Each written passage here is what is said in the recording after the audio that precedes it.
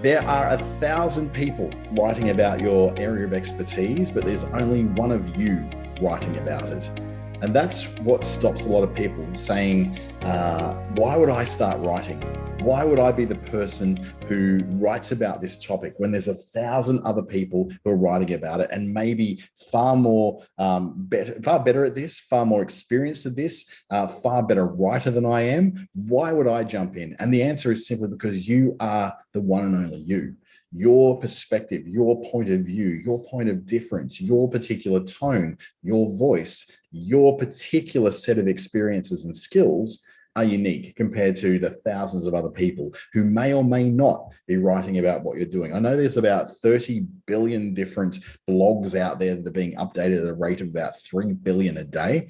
That doesn't mean there's not room for you. Doesn't mean that you won't see benefit from it. Doesn't mean that your blog and your articles won't contribute to your search engine optimization. So it's still very much a worthwhile thing to do. There's no calling to say that the blogs are dead or anything like that. Primarily, the web is still searched and crawled by the words on it. Whilst video and audio are very important components now of search engine optimization, it's still very much about the written word. So if you don't know how to write the written word, or you feel like you can't quite write about yourself, you're in the right webinar today. What we're going to look at is why it's so hard to write about ourselves. I'm going to take a little bit of a look at psychology and try and see the background that probably stops most of us from thinking we should be able to write about ourselves.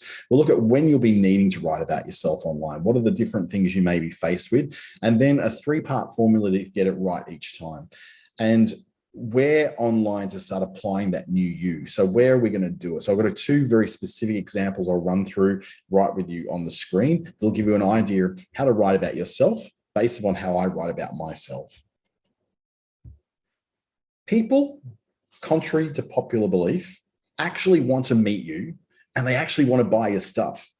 The idea that we're trying to sell something to people who don't want it, or that we are somehow so horrible that no one would want to know us, is a lie. It's just a lie told by a syndrome that I'll talk about shortly that stops us from thinking that anyone would have any kind of interest in us whatsoever. But people really do want to meet us. We are all fascinating people. Doesn't matter how boring your life is or how eventless your story may feel, you're still a unique individual that people want to know.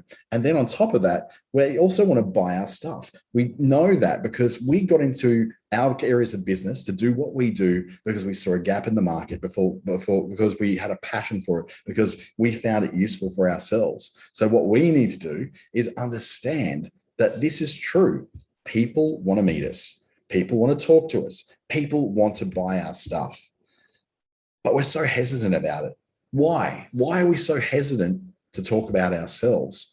Well, a lot of it comes from childhood, like so many of the neuroses in our lives, but some of it comes from culture too. The overwhelmingly Anglo-Celtic background or British values background of this particular nation means that we've sort of inherited this tall poppy syndrome. The people who rise above the rest can be so easily cut off, and we like to be able to cut them off with gossip, with innuendo, with all kinds of stuff that tells us, don't stand out, don't stand up, be quiet, be humble, don't brag, blend in, don't actually stand up and be counted for anything, because that's just not the Australian way, or originally the British way.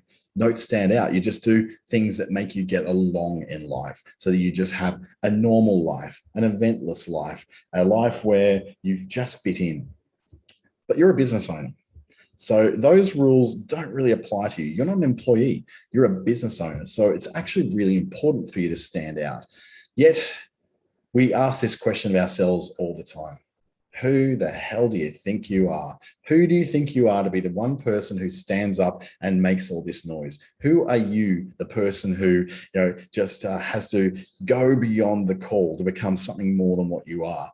Who the hell do you think you are? And this little voice goes inside our heads all the time. Does it for me every time I go speaking in front of people. Does it to me every time I produce a podcast episode. It never really truly goes away. But despite the voice in your head, you can act regardless of the voice of your head. You don't have to listen to, act upon, or be restricted by a voice in your head, because it is just a voice in your head. It's warning you of potential trouble you may have. But if you kind of get the idea that this is the voice in your head, it's not going to cause you trouble. It's just speaking to you in a way that's trying to get you to avoid doing something, just in case you're noticed, just in case you stand out above the poppies of the field and you are the tall poppy. So who do you think you are?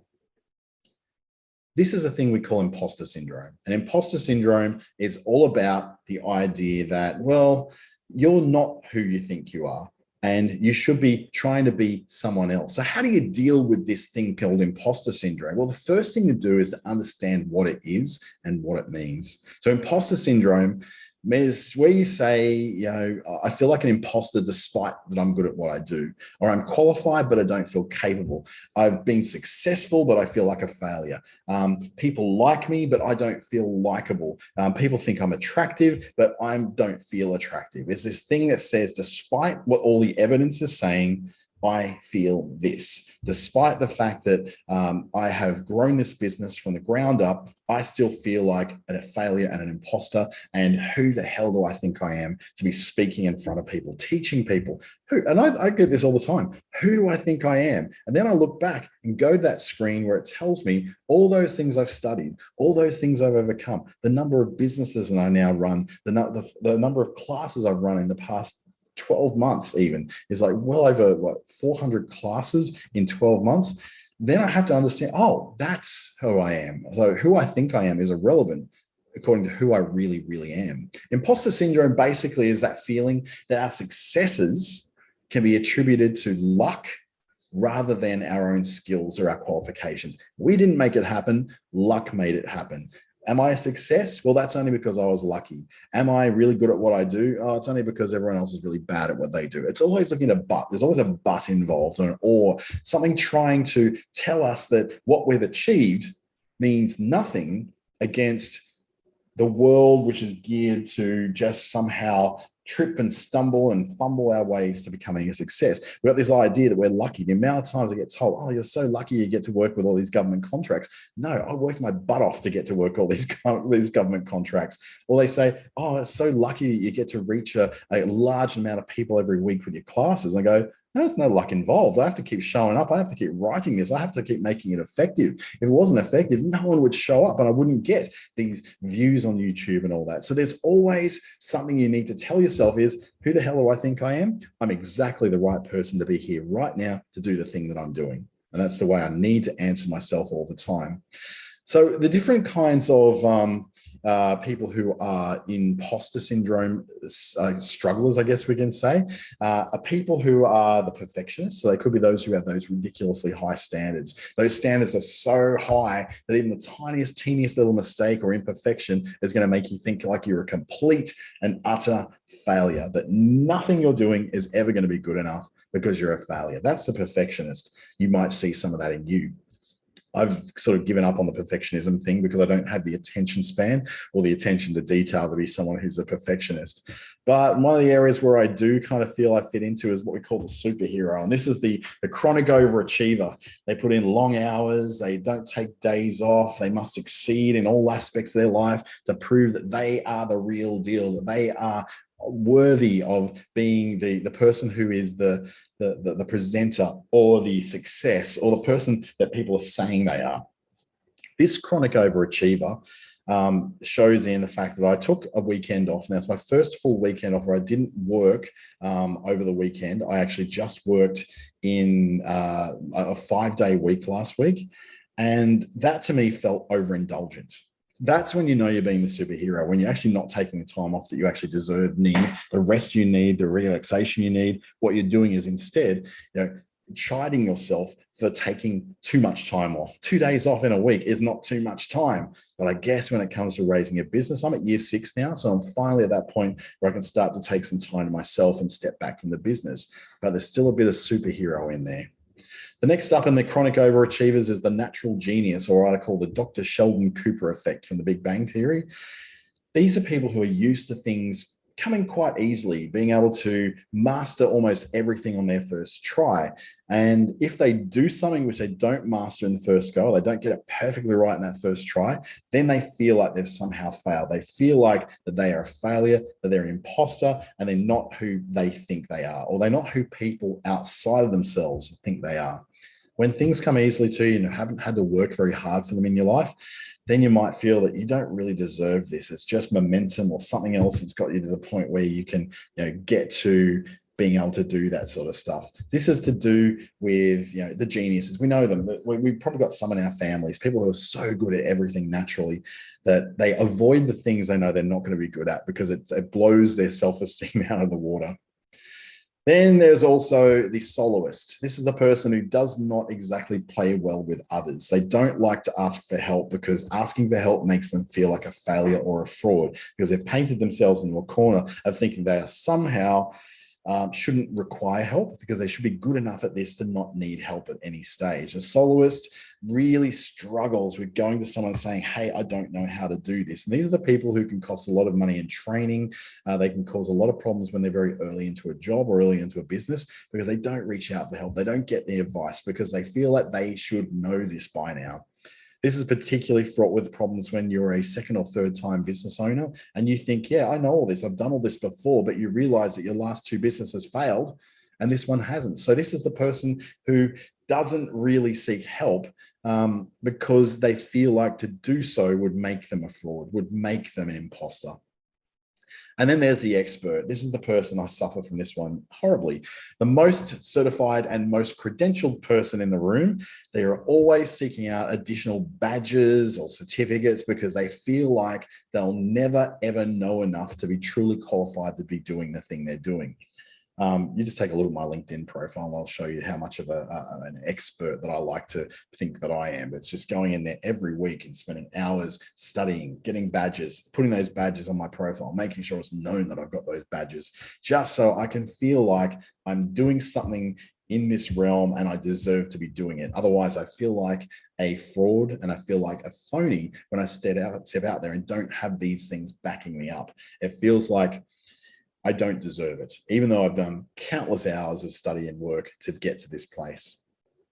So the whole thing of conquering this imposter syndrome, it's not something that happens easily. I didn't really conquer it probably until early 2020 after I'd done some pretty serious self-development work. And it was at that point where I stood up and said, for the first time in my life, wait a minute, you are the expert in the room. You are the one who knows what they're doing. Why are you allowing yourself to be convinced otherwise? And it took some time. It took a lot of practice of just getting up there and doing the thing, getting up there, doing the classes, doing the advisory sessions, getting success, getting feedback that's good, and then a lot of self-talk. Actually talking to myself every day. And you'll do the same thing. You'll talk to yourself every day with some kind of mantra or some kind of idea that tells you, I am the expert in the room because I worked bloody hard to get here. And that's what my one is. It's, I am the expert in the room because I've worked bloody hard to get here and I've got the track record to prove it. And that's what I have to say to myself in some form or shape every time before I sit down and write something about myself, every time I send out a bio to be in a speaker gig, or if I even sit down to do a class like this, I need to remind myself, I know what I'm doing, I know what I'm saying, I know who my audience is, I know that I'm saying the right thing and leading them in the right direction. So this is the kind of stuff you may need to go through before you even start to write anything. You'll get to that point where you go, I need to prove who I am first, then I can spread that word that I spread or give that message I'm going to give.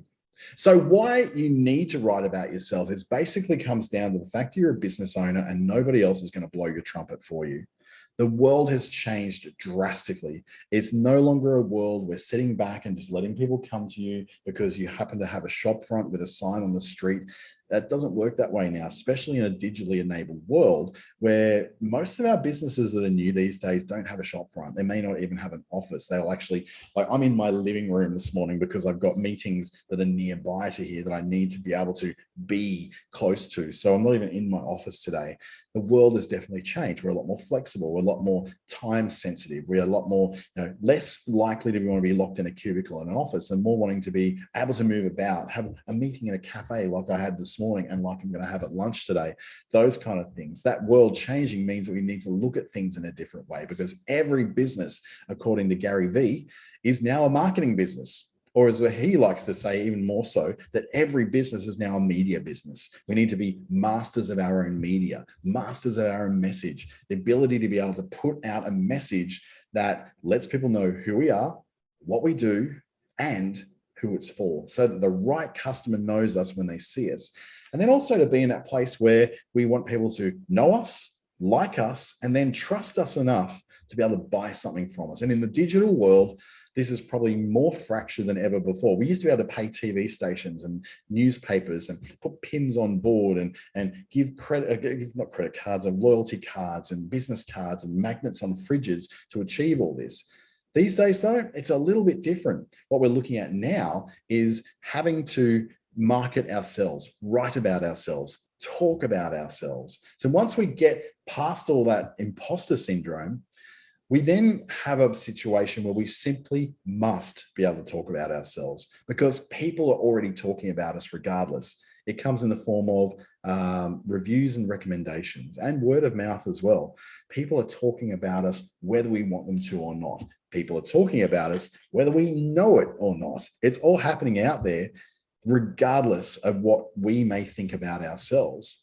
So if the narrative is taken control of in your story by others that are outside of your business, it'd be nice to sort of bring that in-house and take a little bit more control of what's going on out there. That the brand, which is basically what people think about your business when you are not around, your brand is then securely put in a place where you have some kind of say in what people think about you and your brand. Secondly, your silence says more about you than you realize. It's like when an allegation is put forward on a business or a government and they're saying, we contacted this particular business, but they had no comment. That implies guilt, and it implies that they have nothing better to say and they have no defense. Silence says more about you than even you saying something yourself. And we find this in areas like, say, crisis communications, where there is a crisis happens around a business. It could be a reputational crisis. It could be a product crisis. It could be the fact that you haven't delivered any work for weeks and people are starting to say things about you. And then you don't actually have anything to say about that. You have no sort of comeback. You don't have any words that you can tell people about you being someone who was able to do this or do that, or you don't have any defense to the allegations they're putting out to you. So you just go silent, you shut everything down, and you just don't talk about it. That's where things can go horribly, horribly wrong. And people will take the story into their own hands. They will start to paint a picture and tell a story that probably isn't true, and at best, and at worst is grossly against everything you stand for. The other thing is that this whole idea of people being like humble about themselves and talking themselves down and that, it's exhausting and it's boring and we're sick of it. As consumers, we don't have time for your humility. We don't have time for you to sit back and go, oh, I don't really feel comfortable doing this. The consumer doesn't care whether you feel comfortable about it. They just need to hear what you're about, whether your product is great and whether it's good for them. If we stand and go, oh, I don't really like to advertise, I don't really like to talk about myself all that much, oh, it just feels a bit bad. The consumer's just like, oh, for goodness sake, just stop. I don't really have the time to deal with this, because all it's making me do is go, oh, this is so awkward. I don't want to brag. I don't like talking about myself. Oh, that's enough about me. I've talked about myself too much. It comes across as false humility. It doesn't feel real, because we expect a business owner of all kinds of people in this world, like a politician, to be able to talk about themselves, to be able to at least communicate who they are and what they're about, what their story is, and why it's a good idea for them to build this. Yes, we don't like being badgered when we walk into a shop, but when we do walk into a shop and need some help from someone, we want to know that they're able to actually sell the item and tell us why we should buy it, because that's the exchange that happens between sales rep and a person, or business owner and client, or consumer or customer. So where are the places do you feel that you may need to write about yourself? There's a number of them I'm going to list here that makes it sort of shine to you why you need to. Like in websites, for instance. Websites are essentially all about you and your customer. So we can do things like the story brand process from Donald Miller's Building a Story Brand series, which helps you to identify what your customer wants and how to then be able to speak into the world that they live in, rather than you just saying, we're great because of this. Websites also have areas like, for instance, your about section. So about our business, about me as a business owner. Things like sales copy, which is not just you talking about yourself or writing about yourself, but it's also you writing about your products and your services and your business and your employees and all that sort of thing. Your homepage is you writing about yourself. Now, admittedly, your homepage should be within the context of the problem that your customer wants to solve. So it actually speaks to their problem or their experience, but it is essentially all about you. Your product pages and recommendations, they're all about your product. So if you're writing something in there, you say, oh, look, I don't feel comfortable claiming this is a really good product, because that's you not being able to take control of the idea that your product is great. And if you don't think your product is great, no one else should be expected to think your product is great and buy it either. When you make recommendations of different things, such for instance, if you like this particular moisturizer, you'll love this, this chemical-free toner as well. If you can't speak confidently about those things, there's no reason for anybody to feel even the slightest bit confident and comfortable buying your product. Your team pages are where you may be talking about members of your team, or probably yourself if you're a sole trader. And this is where, if you have a really poorly written about me section or about me page, it can be really, really awkward, and it doesn't feel like I'm inspired with confidence to deal with this person, this brand, or this particular company. I've got a bit of an example that we'll go through towards the end of this webinar, which will show you the process of writing an about page, because that can be a really hard deal breaker for some people who just go, I can't write about myself. It feels ridiculous. And I admit it does sometimes feel a little ridiculous. Let me just quickly refresh my page, because I've just lost my internet connection during that at some point. And I'll just be able to present this again and get us going.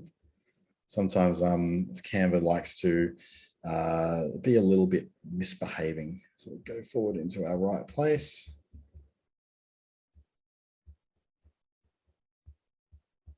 Nearly there.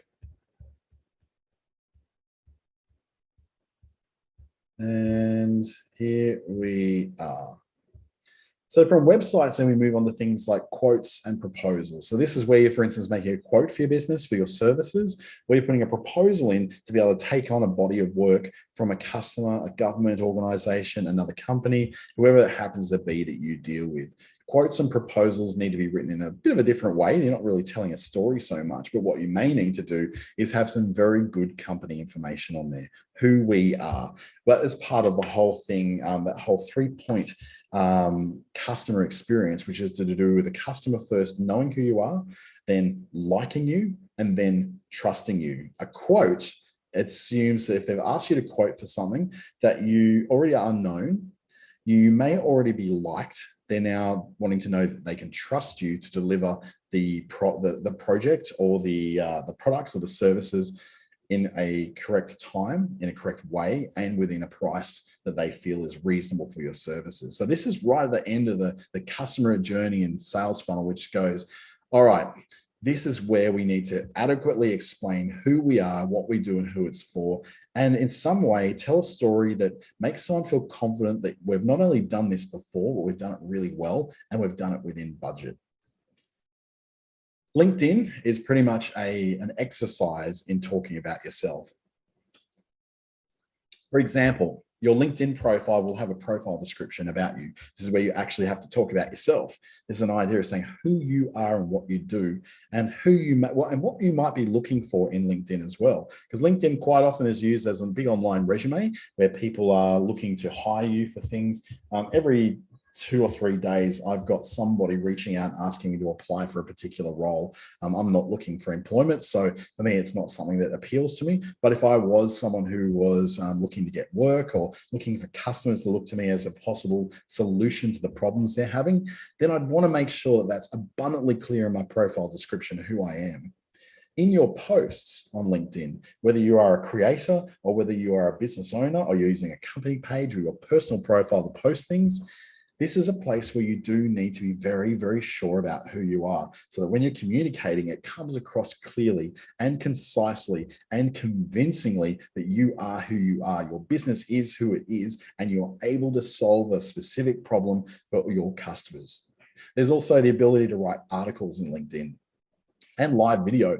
I just got my live video clearance with LinkedIn in the past week and a half. So I'm putting together a plan of how I can do live videos on LinkedIn to further explain that question of talking about myself, what I do and how I solve it, so that others can learn what that is, but also so that potential customers can see that I'm not just confident about what I do, but I'm confident enough to be able to communicate it on a live video platform as well. So these are other places where you could be faced with having to talk about yourself. Then there's other social media. We're talking about Facebook, Instagram, Pinterest, wherever social media may be. And these have the same kind of thing that you're going on with LinkedIn. You're going to have a profile description of some sort, or a company page or a business page where you need to explain who you are. Your posts are going to be about you and your business and what you sell, your products and services. And they're going to be different posting strategies around that. And there's plenty of different digital solutions, webinars that can talk to you about that. But then there's also articles and live video, all the same things that we had in LinkedIn, but they might be towards less of a business customer and more of a consumer who may be looking at your material for the first time online. In addition to social media, this is one that comes up quite frequently for me. It's a bio for speaking gigs. So if you tend to be found that people will ask you to speak at an event, or you might have been called up for a TEDx conference or something like that, or perhaps you've been asked to come and speak at a club dinner, anything like that, having a bio that explains who you are, so people who are going to book to go to that event will know who you are and what you're about. So your bio for speaking, and we're going to do an example of one of these before the end of the webinar, will contain a little bit of stuff about you. So a little bit of a story about you, the experience you've had as a public speaker, what your past speaking gigs were and how they were received, and what you speak about. What's your area of expertise that you happen to speak on? Is it inspiration? Is it business oriented? Is it business growth? Is it about a specific kind of system that you may be an expert in? Or is it talking about how to be a better something, how to apply this life lesson to your life? Whatever that particular thing is needs to be part of your bio, and that is writing all about yourself. So this writing about yourself thing all comes down to, like most things in life, some kind of formula that can make it a lot easier, so you don't have to sort of stress about it so much, and so that you can very easily replicate this again and again and again, because you will not be asked just once to write about yourself. You will be asked to write about yourself for the rest of your business life. And even if you quit business and go back to full-time work, you still have to write about yourself in a resume and a cover letter as well. So this can be a valuable tool to help you to do that. So the 3 steps we're looking at to writing your own stuff, we're going to start off with the first one being your objective. What do you want to gain from this? What is it you want to actually get at the end of this? Is it to convince people? Is it to convert customers? Is it to get people to book you? Is it just a bit of brand awareness? Then we look at who the target reader is. Who's the most likely person to be reading this particular piece of writing or an article? And then finally, we'll look at the structure, how to start and then fill out and end your about us area. So it could be that, or it could be how to fill out your bio about you as a public speaker, or how to write about your business in some kind of structure. And there's lots of different methodologies that follow this, and we'll look at a couple of them, but I'll tell you about a few others as well. There's a storytelling technique, which I've done very recently. I think it was last week on a webinar. So if you're looking for that, just look for me on YouTube and you'll see it on my channel. You'll be able to see what that particular one is. I think it was writing for Google searches. So that's another kind of structure you can look at as well when you're writing about yourself or your products. But first of all, we'll think about the objective. An objective is a fancy word. I wish I had changed that to what's your goal? What's your goal of doing this? What's your motivation? Why are you wanting to write about yourself? Are you trying to sell something? Are you looking to express your expertise? Are you looking to introduce yourself to a bunch of people who've never heard of you before? Are you a new person in a group? Or are you a part of a club that they require you to have a profile for your business? So how do you write about that? Think about first what you want to gain out of writing for yourself. And if it's as simple as to get this piece of work from a customer, that's what we start with. Then after that, we move on to who we're writing it for. Are they corporate, government, parents, consumers? Are they customers? Are they 45-year-old men? Are they 27-year-old women? Are they employed, unemployed? All the little things about demographics that tell us who your customer is and gives us an idea of the kind of person we should be writing for. And this is where we do ask the question of, what's the education level? What's the English literacy level of people that are going to read this? And I always say the greatest rule of all is to, rather than being clever with words and playing with words, be super clear. Don't sort of wrap yourself up in fanciness, because nobody's impressed by it. When we're searching online, particularly in digital platforms, we're looking for easy answers to our complex questions. So the easier and the quicker you can answer that question, the more likely that people and Google are going to bring you into their day. Once we know who we're talking to, then we look at some kind of structure. So we're writing a resume, an about page on a website. Are we trying to put in an estimate to someone to tell them how much it's going to potentially cost them to get this done if they work with us? Or are we responding to tenders? That whole industry around people who respond to tenders and write grant applications. So that is all about writing about yourself as well. So an example we're going to use straight off the bat is all about the idea that we're going to figure out what our goal is. And then we're going to look at who the reader is, and then what the structure is that we may want to choose for that. So that's the objective, the target, and the format that we're looking at. So I've just made it a bit of easier language: the goal, the reader, and then the structure. So if we then paint that out and say, my goal is to fill out the about page on my website, and my reader is a potential customer of my writing business. So I'm actually starting up a separate copywriting business. So this is actually very relevant for me as aside from my digital marketing business, because there's now a gap in market where I am, where there's someone who's looking for much, much more copywriting. So I'm going to bring on other copywriters and bring them into a copywriting agency for small businesses. So yes, the reader is very much a potential customer of my writing business. And then the structure of this is going to be, it's going to be friendly and personal, and leads them to wanting to learn more about you. So this is going to be a lot to do with your values as a person and your values as a business. So when I walk into any sort of environment to do with business, I want to make sure I show up in a certain way. I want to make sure I'm showing up as authentic. I want to show up as vulnerable, and I also want to show up as effective. So authentic, vulnerable, effective. I want those three things that always shine through in everything I do. So for me to be friendly and personal, that leads up to the and the other word was approachable. So that makes me approachable, and I'm vulnerable. So I need to get vulnerable in order for people to feel connected enough to be able to then move on to like me and trust me enough to do work for them. Because ultimately I want them to learn more about the products and services I provide. But I first need to get them to know who I am and to like me before they will trust me to deliver that work. So then we lay this out further: the goal, the reader, the structure. As the content for the about page, we know that's what we want to do. So we're going to work on that. We know that we're writing it for a potential customer of a writing business. So part of this needs to showcase some of the style of my writing, because every sort of word that's going to be on this website is going to be judged closely by the customer who wants to get me to write things for them. Then when we look at the structure, that friendly, personal, wanting to lead them to know more means that I need to introduce something about myself. It's unavoidable that in my own personal values of approachable,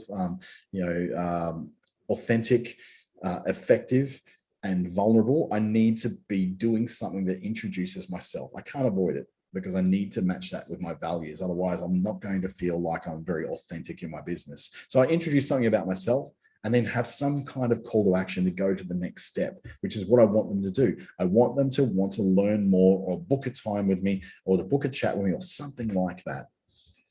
So then once we've done that, those three steps, we work out then how to write the actual thing. And the writing is all about getting in, telling a story, and then getting out. That's a really easy way. Get in, tell the story, get out. Most people have got the story mostly handled, but how to start talking and how to get out of talking to the next thing, that takes some skill. And this is like the same as a speech. People who've never written speeches before tend to waffle. They don't know how to end the story. They don't know what their punchline is at the end. All they know is that here's all the things I want to say, but they haven't thought about how do I start it and now how do I call it an end and actually end this in a really good way. That's kind of like life, really. We get into a business, we know how to start it, we know how to run it, but how do we end that business? How do we retire from it? How do we sell it? We don't often plan ahead for that. So getting in is all about some sort of thought-provoking or hook or a teaser that drags someone in and makes them go, oh yeah, I want to read more about this. Then to make it really, really easy, because we as humans can only really take in so many ideas at once, I like the idea of 3 points or 3 ideas that you can explore in the story. So 3 things that back up the story of you and your business or you and your life or whatever it is, and gives you some kind of satisfaction for the hook that you had to bring people in. If you're promising a great story and you don't tell a great story, you're disappointing people and there's no reason for them to want to work with you. Sadly, people are not just going to work with you because you're good at it. You need to be able to express that you're good at it as well. Otherwise, they've got no reason to trust you. They don't have a lot of things to work from apart from testimonials and your own story to be able to base their decisions to work with you upon. And then finally, to get out some sort of concluding thought and some kind of call to action to do more. Even at the end of a best man's speech at a wedding, you'll have a funny anecdote that's told with an ending that makes people laugh. And then the call to action is usually now raise a toast to the groom or raise a toast to the bride or whatever it is the best man does. I don't go to a lot of weddings because I don't like them, but it's that whole idea that there has to be something next. What is the next thing you want them to do? Remember, you had an objective, you had a goal to go somewhere. So now we need to apply that in what we're writing. So if I was to write this particular story, let's see how it will play out. This is my writing business. So I start off with that thought-provoking teaser that hooks you in. So it starts off with a story about me. Me getting vulnerable and getting authentic means telling a story about me. So I say, given my struggles with cursive writing and some very interesting ways to avoid spending any kind of time sitting down, no one could have told you that writing would one day be not only my passion, but my career as well. So that's immediately saying, we're going to hear a great story here. And it's just a very brief, very small soundbite that can be used to drag someone in to go, yep, I'm going to read this because there's a story to be had in here.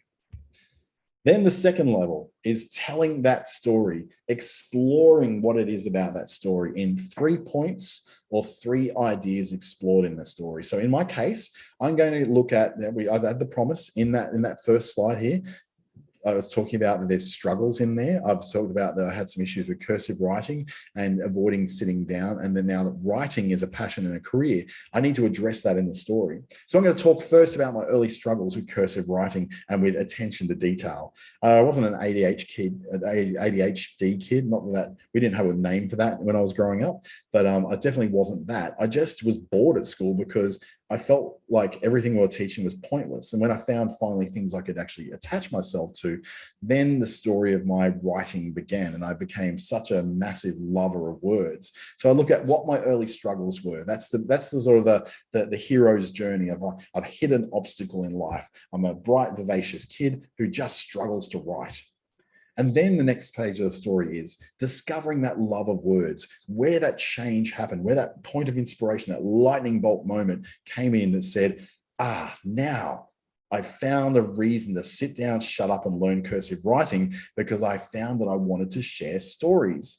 And then finally, we look at that, the third stage of that we got through the struggles, we found the love of words, we found a reason to push through and learn how to write. Now, finally, turning that love of words into a career, into a job, into a business, into whatever that part of the story is. This means a much more personal story that appeals to the human in your customer, not just a story of we've been writing copy for 25 years and have written for some of the biggest names in Australia and small businesses as well. That's just so boring. They could read that off anything. They could just read that off the front page of your website or anywhere. But if you want to go and actually tell a story, have an about page that tells a story. And that story is basically how you came about your business. It could be that you started working with coffee because you're someone who went out and was sick of having terrible coffee in corporate meetings. You decide to set up a business that provides coffee to corporate meetings and conferences, that it's actually good and tasty and is also organic, and it suits all these stories where you go, I used to go to conferences and hate coffee. Now, so I decided to do something about that. But first of all, I had to find a way of getting really good tasting coffee to masses of people in a very short period of time. In a 1 hour lunch break, you don't want people lining up for half an hour just to get their coffee. So you need a way of getting great coffee into people's hands quicker than possible. Then we found this way of doing it, which allowed a little bit of self-service and a little bit of guidance to get that perfect coffee every time. And then we turned it into a business, and we've now got franchises all around Australia. That is far more interesting than we make coffee for conferences so that your people aren't standing around waiting all day to get their first cup of coffee and getting angry at your conference. You've got a far more immersive reason for someone to believe in what you do. You want somebody to look at that and go, oh my God, these guys are brilliant. I wish I had thought of that. And they'll say, geez, there's like $1 million in every idea out there. Why didn't I think of that one? Well, I've lined up at conferences myself, and conference organizers who you'll be selling this product to are going to be people who you go, wow, why didn't we think of that? We should get someone like that. That's the kind of person we want to work with. And if you're that person, if you're selling that coffee service, then you want the person who's reading to think that. So you're not going to get that by, we don't want people lining up for coffee. You'll get it by appealing to the human in the person reading. And the human in there has lined up too many times for coffee, hates having bad coffee just because they're in a public space, and really hates waiting and thinks that they should be able to get a good coffee in a much faster way. So the telling of the story is basically 3 steps: early struggles, when the change happened, and then the story of turning this into a thriving business. And that's showing not only a story, but it shows that you've had growth. It shows you've come from humble beginnings and come through to be a success now. It's convincing someone in your own words and your own story that not only is what you do a good idea, but you've proven it's a good idea by being able to turn an idea into a business. So this applies to almost any kind of business you're going to be running. You can tell that story. So those 3 points: don't try to overdo it. Don't try to write 100,000 words on a screen. You don't need that much. A simple, basic story will do. And then finally, with our story, with our story about writing about ourselves, we have to find a way to get out. How are we going to end this? And this is where we put that concluding thought and a call to the next thing, or a call to action, as it's usually called. So I can say in my particular case, while the direction our lives will take is not always clear, the message and purpose in your writing should always be: get in touch today and let's talk about how words can bring your products and services to life. So I started off with a concluding thought that was actually kind of clever. I went, while the direction we take in life, because I'm talking about the fact that I started off nowhere near being able to write to being then quite a master of writing, then I said that may not be clear, but your words always should be. So there's a clever little play on words that I did there, which isn't too over clever. It doesn't make people just go, what is he talking about? It actually is really abundantly clear. And then the call to action, which is get in touch today. So I was able to then tie it into what it is I do. So this can happen then with anybody. So let's go back to the coffee example, where the person has got that conference coffee service.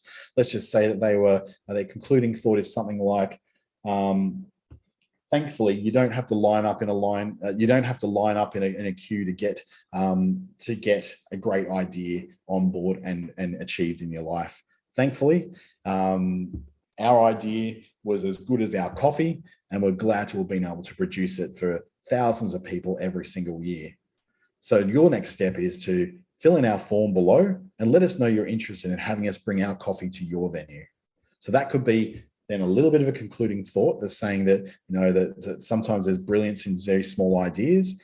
And now the call to action, what we actually want to do. That goes back to, remember, the objective. We want to get people to talk to us. We want to get people to learn more, do something, book us, buy our products. So that kind of convincing message has to contain not just a concluding thought, which makes your whole story make sense, but then gives you a smooth run out to actually then ask for the sale, or ask for the click, or ask for the details on the form. So that would be one example.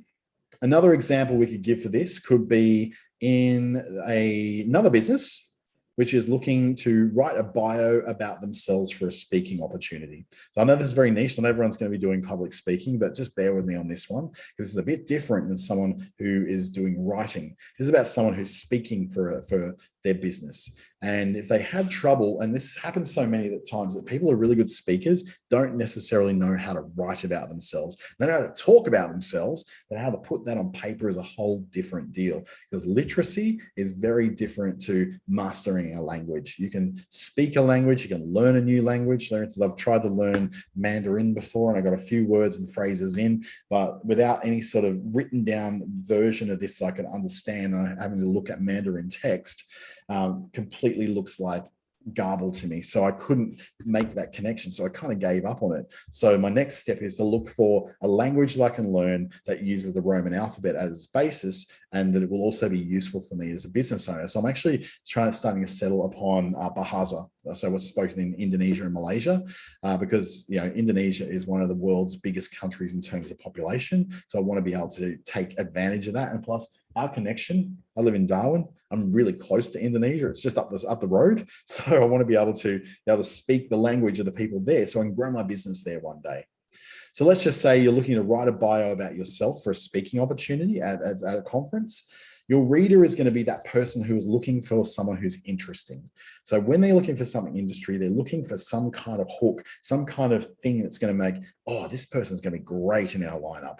So your structure for this time is going to have to be compelling and interesting and convincing. You need to be able to tell someone that you have a story to tell. It's a good, interesting story to tell. And you need to be convincing enough for them to want to go, yeah, this is the person I want to have speaking in my conference.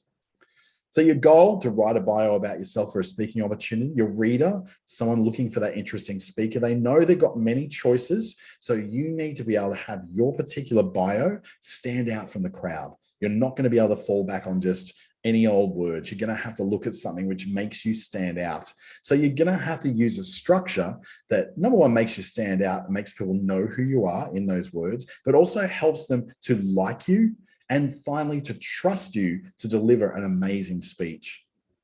So how do you do that?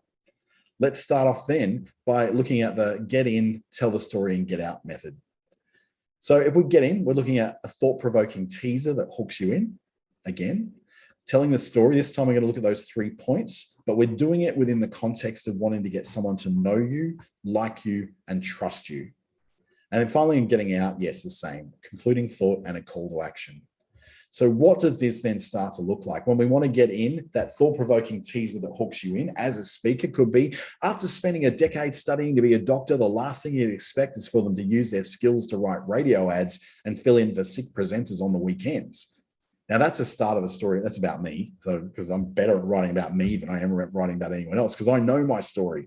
So that tells me that someone studied to be a doctor and then became a radio presenter. What the hell happened there? What did he do to not be a doctor anymore? And so it forms questions. And that's what you want to do. You want to have something which hooks someone's in and goes, ooh, I need to read more about this, because I'm quite fascinated about what happened.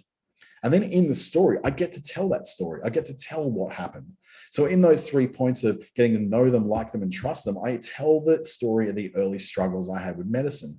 Then I also introduce the positive outcome of that. There's something that even though I struggled with that, then there was a positive story at the end of that. And just as a spoiler, I didn't kill anyone. So don't think that. There's definitely not that. And then we look at backing up that with testimonials from others. This follows the know them, like them, trust them. The know them comes from telling the stories of the early struggles. So someone knows you, it means that you've got some kind of empathetic connection with them. You can feel like what it means to be in their shoes because they've told you about a struggle. It's why movies always start off with someone in a happy place who suddenly has a happy thing removed from them. They have some sort of massive challenge or disaster happens, so you feel empathy for that person. The same goes for your writing. You tell the stories of these struggles at the beginning simply because you want someone to know who you are and feel connected to you. So then they have the chance to like you when you tell them, oh, but it all worked out fine because of this, and this. And then you're able to say, oh, the positive outcome. So now they like you because you're able to overcome whatever that struggle happened to be. And then finally, we back it up with a testimonial. So we start to say, particularly in speaking, this is where you can, and it doesn't have to be just speaking, it could be anything. It could be a retail store, but something that says, this is why we were voted favorite coffee shop of the year by people in Mackay. Or you could say, this is why Jan from the Adelaide Entertainment Centre said that they'd gladly have us back again, because we're able to provide not only a great story, but laughs in the crowd that fueled people to want to learn more. So those kind of things that tie into whatever you're doing, in this case, getting a speaking gig. The know you comes from feeling something for you. The like you comes from being able to be given a happy ending to the story and a really positive twist. And the trusting you comes from either producing examples of your work or by producing testimonials that people have written about you. So there's tons and tons of these different ways that people can have you express why they should know, trust, and like you. And that's a really good method for writing about anything, is that basically in a business, you want someone to know you, like you, and trust you so that they will become a customer and start throwing money at you. And let's face it, in business, we all want to have money thrown at us. The get out in this case, in that concluding thought and call to action, can be in a writer, in a speaker's way. It could be for anyone who feels like they've peaked way too early in life. This is a story jam-packed full of inspiration, and it's never too late message. Book Dante now at dantestjames.com. So that's where you get to sort of give that, this is who it's for. So now go and book this person.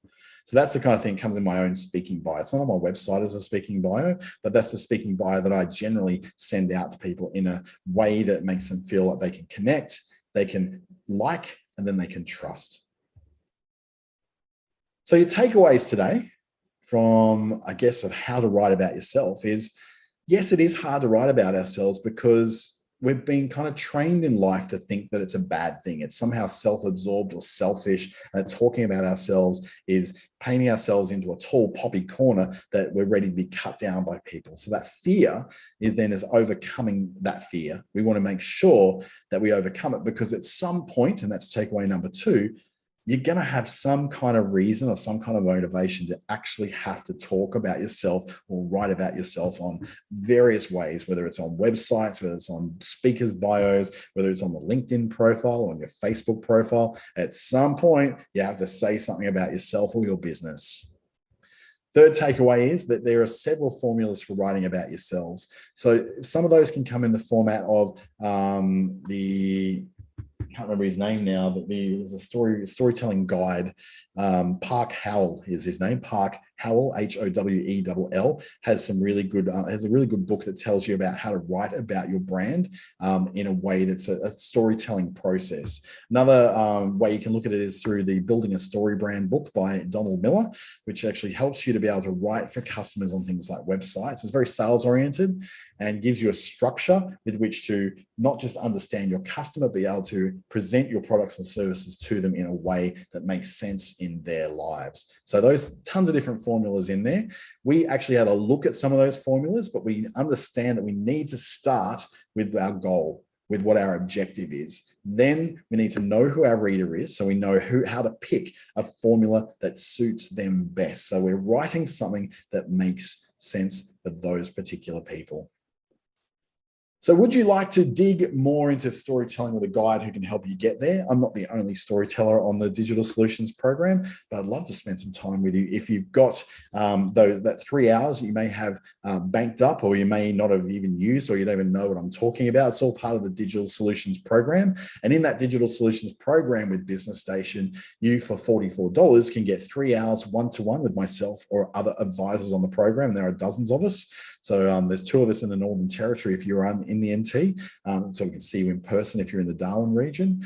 But if you are outside there in Western Australia or Queensland or even beyond, there's other digital solutions programs around Australia as well. It gives you then unlimited access to workshops and webinars. Ignore the 4 hours in there. You can actually access as much as you like. You can register yourself at businessstation.com.au, and that will help you to get yourself set up so you can make that decision to be better at writing about yourself on digital platforms. If you'd like to keep in touch with me, please do feel free to send me an email, dante@clickstarter.com.au or dante@businessstation.com.au these days, or look for me on LinkedIn, Facebook, or Instagram. LinkedIn is where I'm much, much more active, and I'm on there all day talking to people. So I'd love to be able to connect with you and have a conversation there too, and give you some tips along the way through my webinars, classes, and posts on how you can write better as well. In the meantime, though, I'd like to thank you for joining me and taking an hour out of your business to work on your business. And I really do hope to see you in the next one of these free webinars. Thank you and have a great day.